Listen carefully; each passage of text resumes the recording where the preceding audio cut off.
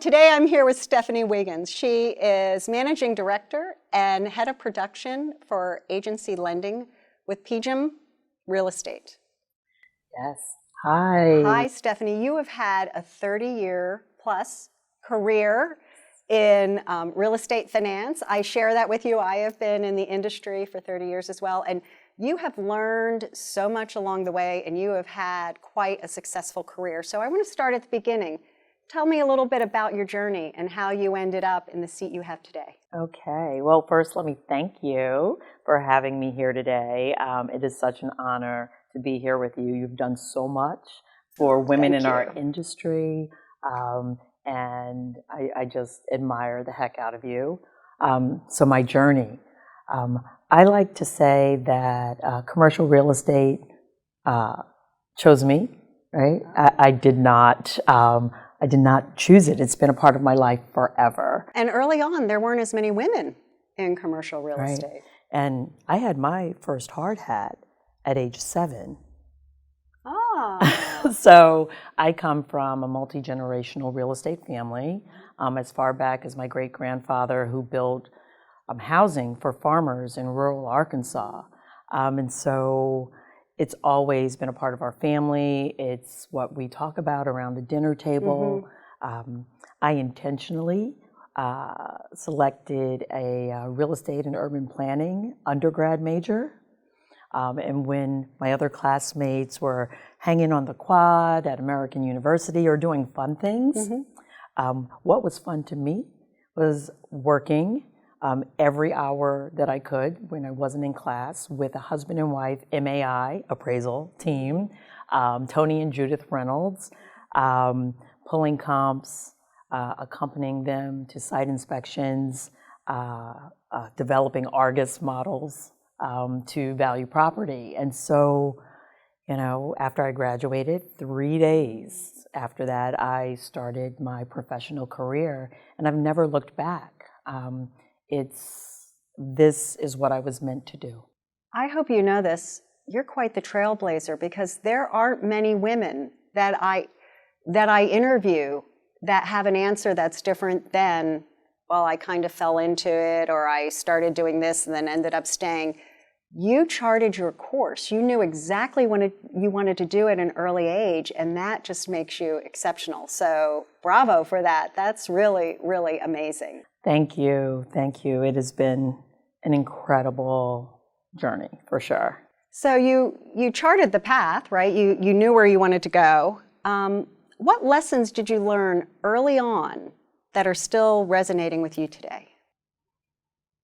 Wow, that's a great question. Thank you. I would say, you know, commercial real estate finance, right? It's cyclical. It can be a rocky road. Be resilient always, and learn from challenges and failures. I mean, they're the cornerstone of success, right? So resiliency is everything, would be the lesson. That's a good lesson, and especially in these times today, coming out of the pandemic, what have we learned? And one of the big things is we have to really dig deep and be resilient, because we've never done this before, and we're all learning as we go. So is there something that you think triggered this passion for you? Was it just your family and the background and it being part of how you grew up? What really inspired you to be part of this great industry? Another great question.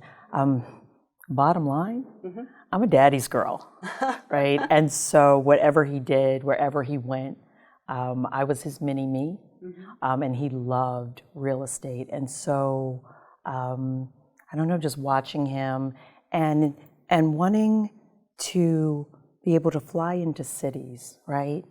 And see a building, right, that I had underwritten, or I originated the loan, or something just tangible. That's legacy, right? And we talked a lot about that in my family growing up, and having impact on communities, right?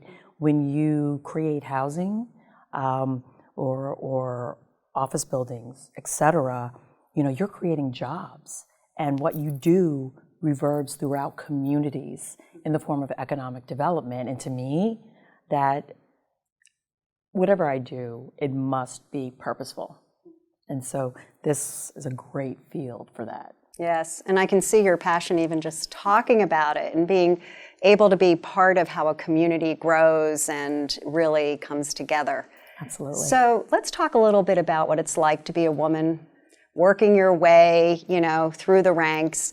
What attributes do you think women today need to really, climb up the ranks and aspire to be in a seat like yours? So there are a few things. The first thing, though, is let confidence be your superpower, right? We all have these voices in our head telling us, well, maybe we don't belong here because we don't see many people that look like us.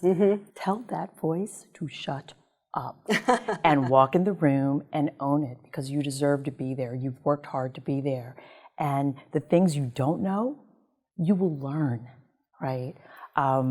So confidence is one. And then after that, listen, right? Listen to your people, listen to your mentors, right?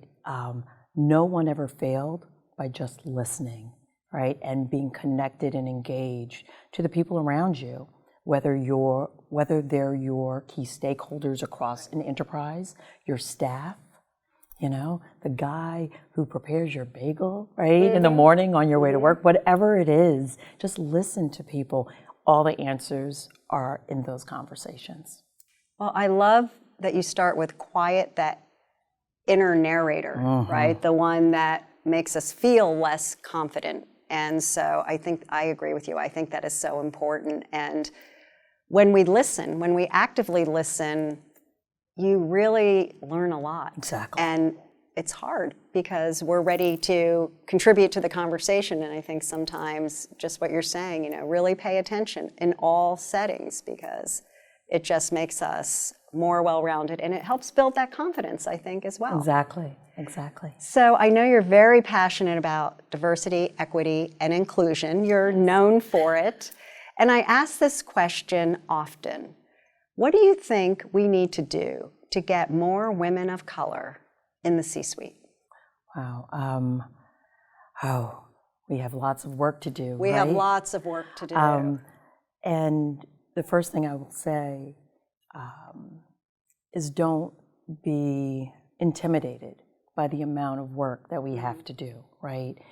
Small steps are huge, actually. And so I think by ensuring that leadership of firms are willing to invest in diversity, equity, and inclusion. And when I say invest, I mean, hire a staff, give them a budget, tell your people that this is something that really matters, right? Rethink the way you recruit. Right? You have to be purposeful. Right? You have to be purposeful, and you have to be flexible as well, right? If what you're looking for is someone who knew what they wanted to do day one, like some people I know,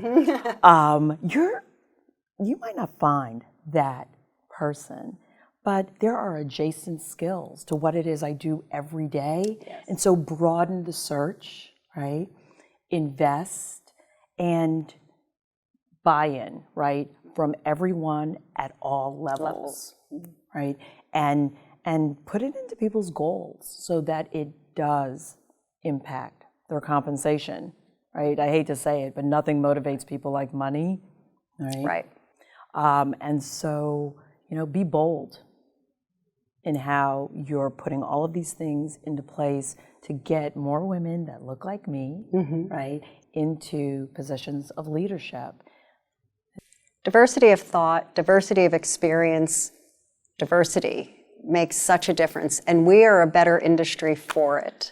Absolutely. I mean, it's been proven that, when, especially now, right, this industry is global, right? And so if everyone's thinking the same way, right, and you don't have different voices in the room and different perspectives, then we will not outperform. And everyone who's in this business is an outperformer.